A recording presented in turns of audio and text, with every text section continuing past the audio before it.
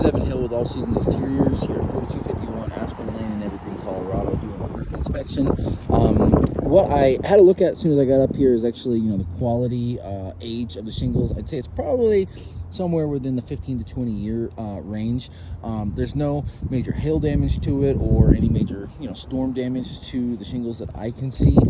They're actually in fairly good shape. A little bit of, snow and ice in certain parts of the shade. But this area over here, what we call modified bitumen, this flat roofing product, it's got, quite a lot of wear and tear on it, probably just as old as the rest of the roof, but also has some cracks down here near where the corner is, and these have gone up like that.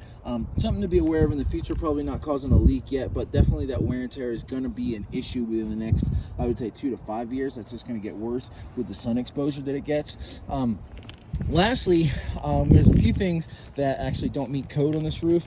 One of being that it's supposed to have what's called a drip edge, which is this, metal piece of flashing right here, not only on the eaves, the flat portion of the roof, but on the rakes as well. And as you can see, it doesn't exist there. Why that needs to be there is because it prevents wind-driven rain, snow, things like that from getting up underneath these shingles. And it's just a, extra layer barrier for moisture. So it can cause leaks, can cause, early deterioration of a roof if not installed. So that's the first code violation. The other thing is this roof is what's called a 112 pitch.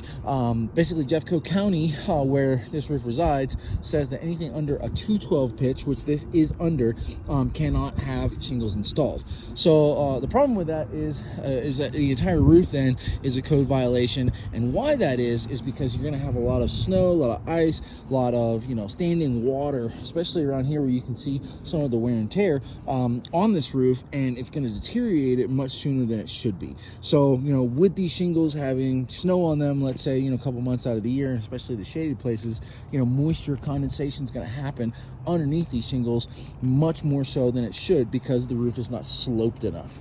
Now you do have what's called ice and water shield under certain parts of the roof. I don't know if it's everywhere, which is a good thing, but definitely my professional opinion is shingles shouldn't be installed on this roof. It should be a flat roofing product similar to this down here, modified bitumen or an EPDM, something that is meant to withstand standing water, snow for many months of the year.